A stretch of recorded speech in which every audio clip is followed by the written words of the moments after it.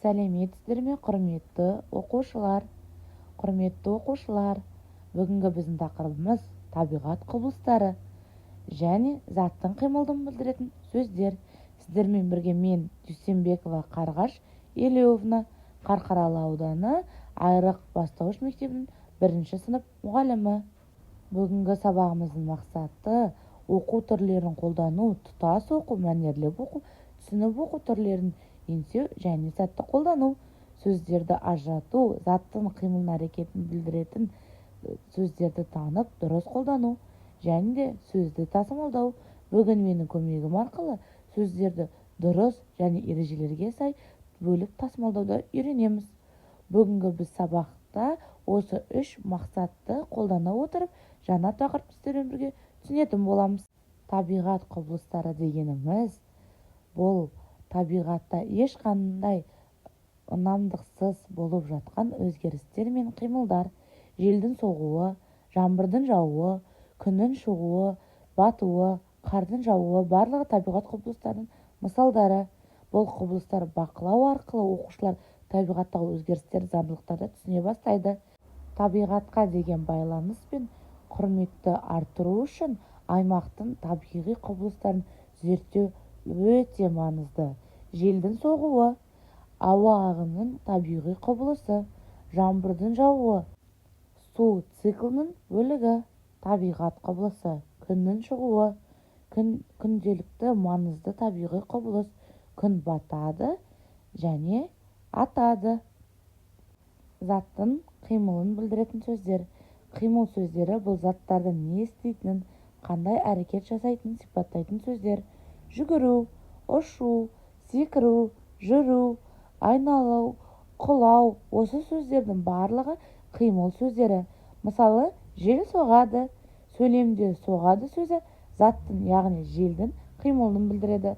Су ағады. Сөйлемінде ағады сөзі судың қимылын көрсетеді. Оқушылар қимыл сөздерін анықтап, сөйлемде орынды қолдануға тырысайық. Біріншісі, жүгіру, бір орыннан екінші орынға жылдам қозғалу. Ұшу, ауада қозғалу. Секіру, көкке жүзіне бірнеше рет секіру ұшқыр түрі қимыл болып саналады. Жүру, ілгері байламсыз ғана қозғалу түрі. Балалар, енді біз сендермен оқу түрлерімен де таныса кетейік. Тұтас оқу. Тұтас оқу дегеніміз мәтінді толық, мәнерлеп сөйлеген адамның сезімін сездіре отырып оқу түрі. Бұл оқу түрінде оқушы мәтінді ішіндегі мағынасын түсіну үшін дұрыс интонация орындарында пауза, дыбыс еркіндігін пайдалана отырып оқиды. Табиғат құбылыстары туралы қысқа әңгімелер, өлеңдер мәнерлеп оқу оқушылардың эмоциялық дамуын, өмірлік құрамын қосады. Мәнерлеп оқу арқылы балалар әртүрлі сезімдерге бөлінеді. Тұтас оқудың мүмкіндіктері: мәтіннің толық мағынасын түсіну, сөздердің орнында ырлау, интонациялау еркіндігі болып табылады. Мәнерлеп оқу үшін табиғат туралы әңгімелер, өлеңдер мен шумақтар, ертегілерді, мәтіндерді оқу керек. Сөзді дұрыс тасымалдау ережелері. Сөзді тасымалдау дегеніміз бір жолдың соңында сөзді екі немесе одан көп бөлікке бөліп, бірі осы жолда, бірі келесі жолда жазу. Қазақ тіліндегі сөзді тасымалдау ережелеріне сай қиын сөздердің буындарын бөліп тасымалдау керек. Мысалы, табиғат құбылысы. Бірақ балалар, барлық сөздер тасымалданбайды. Бір буындағы сөздер жел, қар, бөлшек сөздер ме тасымалдауы керек. Оқушыларды тасымалдау ережелерінің артында орналасқан байланыстарды түсінуге үйрену өте маңызды. Тасымалданатын сөздер: табиғат. Тасымалданбайтын сөздер: жел, қар, су, ұшу, жүгіру. Ережелері: бір буындағы бөлшек сөздер барлық сөздердің көлеміне қарай бөлінбейді. Яғни біз қайталап айтатын болсам, бір бөлімді бөлшекті буындағы сөздер бөлінбейді. Екі не одан да көп буынды сөздер бөлінеді.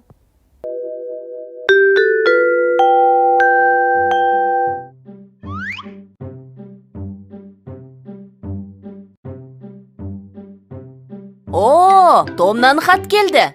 Не жазыпты? Сәлем, Алан және Дана. Қал, жағдайларың қалай? Демалыстарың қалай өтіп жатыр? Астанада ауа райы қандай? Ауылға бардыңдар ма? Мен ата-анама сендер туралы айттым. Олар маған жазғы демалыста Қазақстанға баруыма рұқсат берді. Көріскенше, Том.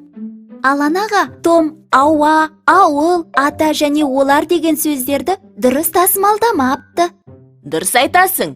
Ол аны жолдың соңына қалдырып, уыл деген буынды келесі жолға шығарыпты. А буынын неге жолдың бойында қалдыруға болмайды? Өйткені бұл буын жалғыз дауысты дыбыстан құралып тұр.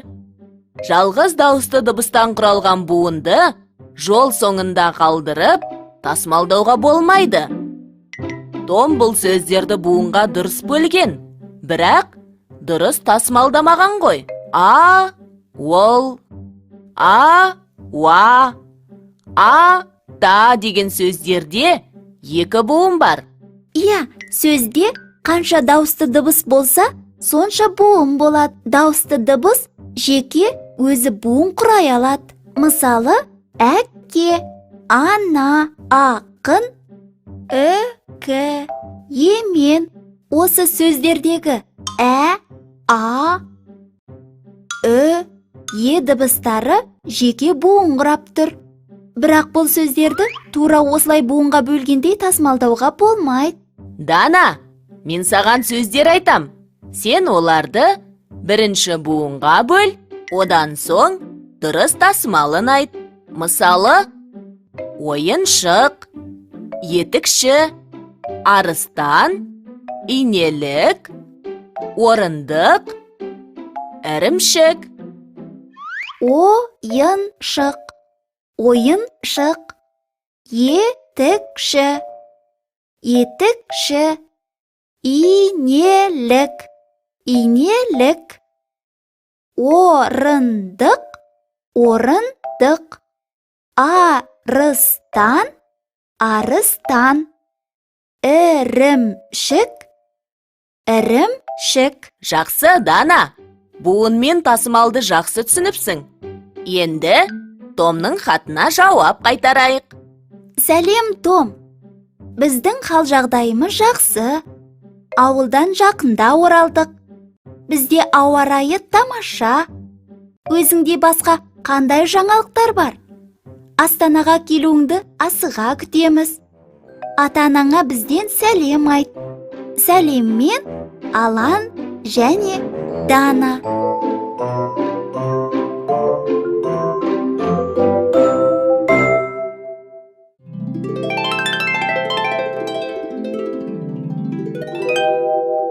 Қайталайық. Буын және тасымал. Буын. Сөзде қанша дауысты дыбыс болса, сонша буын болады. Мысалы, бала, орындық, мектеп. Дауысты дыбыс сөз басында келгенде жеке өзі буын құрай алады. Мысалы, әке, арыстан, ірімшік. Тасымал. Жазып келе жатқанда жолға сыймаған сөздер буын жігімен тасымалданады. Мысалы, дүкендер, балалар. Ескерту. Жеке дыбыс жол соңында және жол басында келмейді.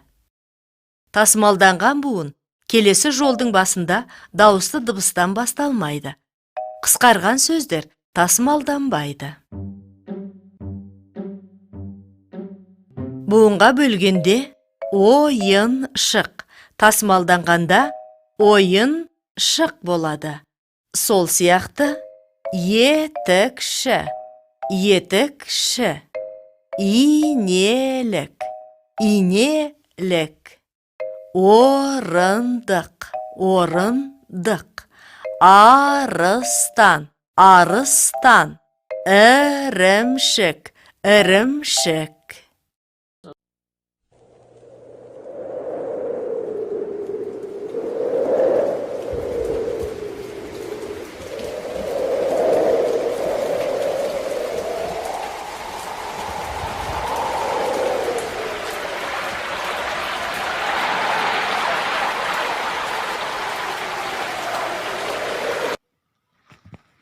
Қалай ойлайсыңдар, балалар? Мен сендерге не үшін бұл дыбыстарды тыңдайық дедім. Бұл ненің дыбысы екен? Дұрыс айтасыңдар, әрине, желдің дыбысы екен, немесе боран деп жатамыз, және жауынның дыбысы екен. Иә, балалар? Ендеше, балалар, біз қазір танысқалы отырған мәтініміз де осы табиғат құбылыстарына байланысты екен. Ендеше мәтінді түсініп, мәнерлеп оқып шығайық. Бірінші жаттығу: мәтінді түсініп оқы. Табиғат құбылыстары. Табиғатта әртүрлі өзгерістер болып тұрады. Күн мен түн алмасады. Жаңбыр, қар, бұршақ жауады. Жел соғып, күн күркірейді, найзағай жарқылдайды, қар ериді, су тасиды. Өзендер мен көлдерге мұз қатады. Табиғаттағы мұндай өзгерістер табиғат құбылыстары деп аталады. Балалар, сұрақ: табиғат құбылысына нелер жатады екен? Дұрыс айтасыңдар, тамаша, жарайсыңдар.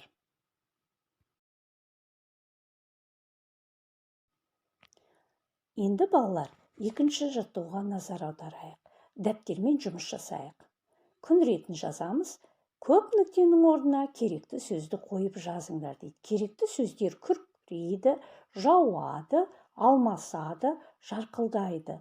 Осы сөздерді дұрыстап орнына қоюымыз керек. Күн мен түн, жаңбыр, қар, күн, найзағай. Яғни заттың қимылын білдіретін сөздерді орнына қоюымыз керек. Қойып жазып болған соң, менікімен салыстырайық. Ал балалар, енді тексеріп жіберейік. Күн мен түн алмасады. Жаңбыр, қар жауады. Күн күркірейді. Найзағай жарқылдайды екен. Тамаша, балалар. Егер дәл осындай орындаған болсаңдар, тапсырманы дұрыс орындадың деген сөз, балалар. Енді балалар, осы сөздерге сұрақ қояйық. Алмасады деген сөзге қалай сұрақ қоямыз? Не істейді? Дұрыс айтасыңдар, алмасады, жауады. Тамаша, әрине, не істейді? Жауады. Күркірейді. Не істейді? Күркірейді. Тамаша, жарқылдайды. Әрине, не істейді? Жарқылдайды. Ендеше, балалар, бүгінгі сабағымызға байланысты видеоны көріп тамашалап алайық.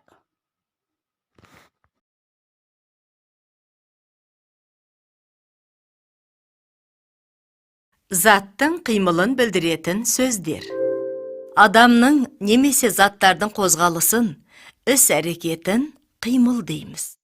Мысалы, күн жылынды, қар еріді, бәйшешек шықты, жер көгерді деген сөйлемдердегі жылынды, еріді, шықты, көгерді деген сөздер заттың қимылын білдіреді.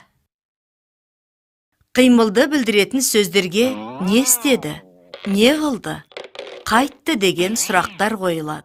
Мысалы, ағаштар қайтты, ағаштар гүлдеді. Балалар не істеді? Балалар ұя жасады.